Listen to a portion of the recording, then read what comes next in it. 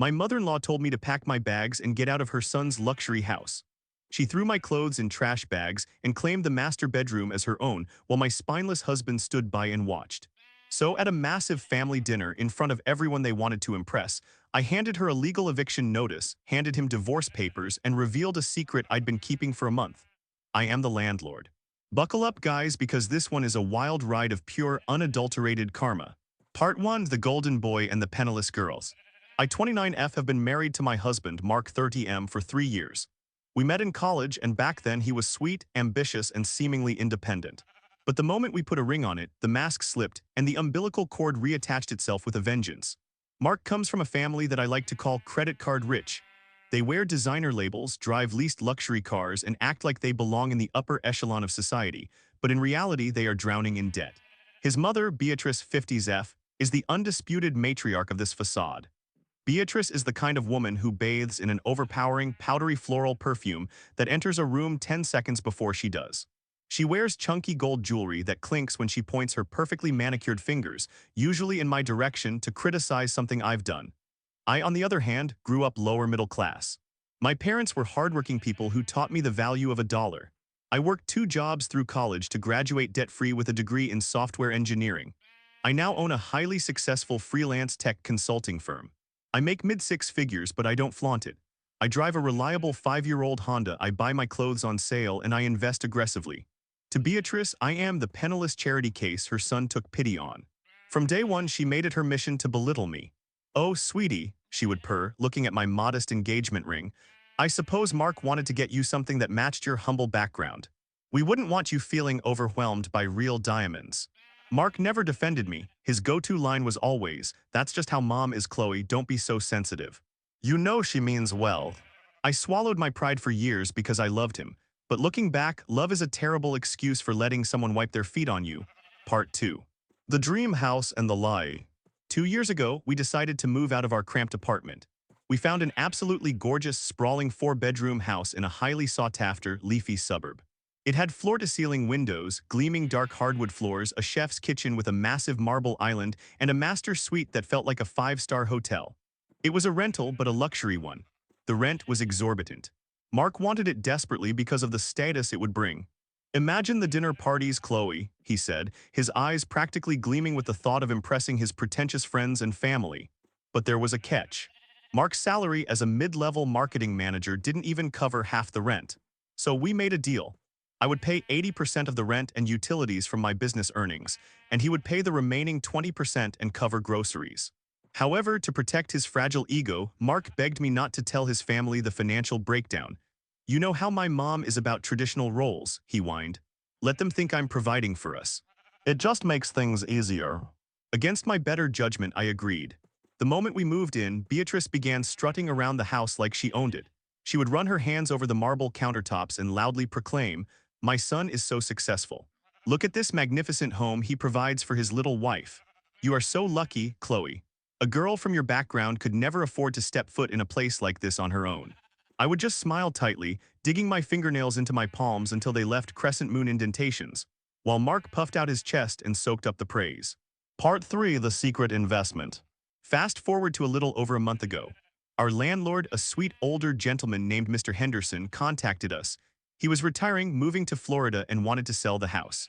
Because we had been such great tenants, he offered it to us first off-market at an incredibly fair price. I was ecstatic. I had the down payment sitting in a high-yield savings account ready to go. I brought it up to Mark over dinner. "Mark, this is our chance. We can actually buy the house." He scoffed, not even looking up from his phone. "Are you crazy? With what money? We can't afford a mortgage on this place. We'll just have to find another rental when the lease is up next month." "I have the money," I said quietly. He laughed, a harsh, patronizing sound. "Sure you do, Chloe. Look, I'm the one carrying the financial weight of this place. I know what we can and can't afford. Drop it." Something inside me snapped in that exact moment. It wasn't a loud, explosive snap. It was a cold, silent fracture. The realization washed over me like ice water. I was funding a lie for a man who didn't respect me to impress a woman who despised me. I didn't argue, I just nodded. "Okay, Mark." The very next morning, I called Mr. Henderson. I told him Mark and I were keeping our finances separate, but I wanted to buy the house myself as an investment.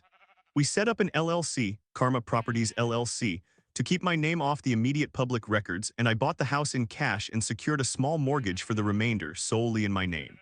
The deed was transferred. I was officially the owner and my own husband had no idea. The plan was to tell Mark eventually to have a serious sit-down about our marriage and finances, but he forced my hand. Part 4. The Invasion. 2 weeks after the ink dried on the house deed, I had to fly to London for a grueling 5-day tech conference. I was exhausted, jet-lagged, and just wanted to sleep in my own bed. I pulled up to the driveway in my Uber and frowned. Beatrice's pristine white Lexus SUV was parked awkwardly across the driveway, blocking the path to the garage. A knot of anxiety tightened in my stomach. I dragged my suitcase up the front steps, unlocked the door, and was instantly hit by a wall of that suffocating floral perfume. "Mark," I called out. "In the kitchen, babe." I walked in to find Mark sipping a beer, leaning against the island. Beatrice was standing at the stove, wearing one of my silk aprons, stirring a pot of something that smelled like burnt garlic. "Oh, look who decided to grace us with her presence," Beatrice drawled, not taking her eyes off the pot. "Have a nice little vacation, did we?" "It was work, Beatrice," I said, rubbing my temples. "What are you doing here?" Mark cleared his throat, suddenly looking everywhere but at me. "So, funny story. Mom's lease ended on her condo, and the new place she wants isn't ready for a few months. So I told her she could stay with us." My jaw dropped. "You invited your mother to move in without asking me." "It's my house, Chloe," Mark snapped defensively. "I pay the bills here and I make the rules. She's my mother." Beatrice turned around, a triumphant viper-like smile playing on her lips. "That's right, dear. A son should look after his mother. Not that you would understand family values." "Where is she sleeping?" I asked, my voice terrifyingly calm. "Well," Beatrice sighed dramatically, wiping her hands on my apron. "My back simply cannot handle that dreadful mattress in the guest room, so Mark was kind enough to offer me the master bedroom. You two can take the guest room. It's perfectly suitable for you, Chloe." I stared at Mark, waiting for him to say it was a joke. He just shrugged. "She has a bad back, Chloe, just deal with it." I marched upstairs. The master bedroom was unrecognizable. My framed photos had been shoved into a corner. Her gaudy sequined throw pillows covered the bed. But the worst part, my closet. I opened the doors to find half my clothes missing. In their place were Beatrice's garish animal print blouses. "Looking for your things?" Beatrice's voice drifted from the doorway. She stood there, arms crossed. "I needed space. Your cheap little polyester rags were taking up too much room, so I bagged them up and put them in the garage. Honestly, you should thank me. It's an excuse to buy clothes that actually reflect my son's status." My heart hammered against my ribs. I wanted to scream. I wanted to throw her out the window. But then I remembered the thick manila folder locked in the bottom drawer of my home office desk. The deed. A strange, eerie calm washed over me. I wasn't going to fight. I was going to go to war, and I was going to let them dig their own graves first. "Fine," I whispered. I walked past her, grabbed my suitcase, and headed to the cramped guest room. Part 5. The Descent into Madness. The next 3 weeks were a living hell. Beatrice treated me like a poorly performing maid in my own home. Every morning, she would loudly complain about the dust on the baseboards. She rearranged the kitchen cabinets, moving my expensive espresso machine to the basement because it cluttered her counter space. She constantly undermined me, making pointed comments about my weight, my hair, and my job. "Are you still playing with computers all day, Chloe?" she would ask in front of Mark. "When are you going to get a real job and contribute to this household? My poor boy is working himself to the bone to keep a roof over your head." Then Mark reveled in it. Having his mother there stroked his ego. He reverted to a spoiled teenager, leaving his dirty clothes on the floor for her to pick up, praising her cooking while pushing mine aside. One evening, I came downstairs to find Beatrice tossing a stack of mail onto the counter. "Honestly, Chloe, the sheer amount of junk mail you get is appalling," she sneered. I glanced at the pile. Tucked beneath a coupon flyer was an envelope addressed to Karma Properties LLC. My heart skipped a beat, but I quickly swept it into my bag before she could look closer. "By the way," Beatrice announced grandly, pouring herself a glass of my expensive red wine, "I have invited the entire extended family over for dinner this Saturday. Aunt Susan, Uncle Rick, the cousins, everyone. It's time they saw how well Mark is doing. I am hosting a housewarming dinner for my son's beautiful home." Mark beamed. "That's a great idea, Mom. I'll order some premium steaks." I looked at Mark. "You're hosting a dinner for 20 people here without asking me." "Stop being such a buzzkill, Chloe," Mark rolled his eyes. "Mom is doing all the cooking and planning. All you have to do is stay out of the way and try to look presentable." "Oh, don't worry," I said, a slow, dark smile spreading across my face that they were too self-absorbed to notice. "I'll be very presentable." And I wouldn't miss this dinner for the world. Part 6, The Last Supper. Saturday arrived. The house was buzzing with Beatrice's extended family. There were loud aunts, judging uncles, and cousins who looked down their noses at me. Beatrice was holding court in the living room, wearing a ridiculous feathered dress, soaking in the compliments about her house. "Oh, the hardwood floors are just divine," Aunt Susan cooed. "Mark has such impeccable taste," Beatrice agreed loudly.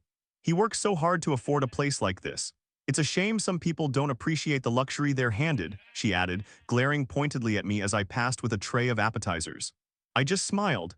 I was wearing a stunning, tailored navy blue dress I had bought specifically for this occasion. My hair was blown out, my makeup was flawless, and in the pocket of my dress rested two very important folded documents.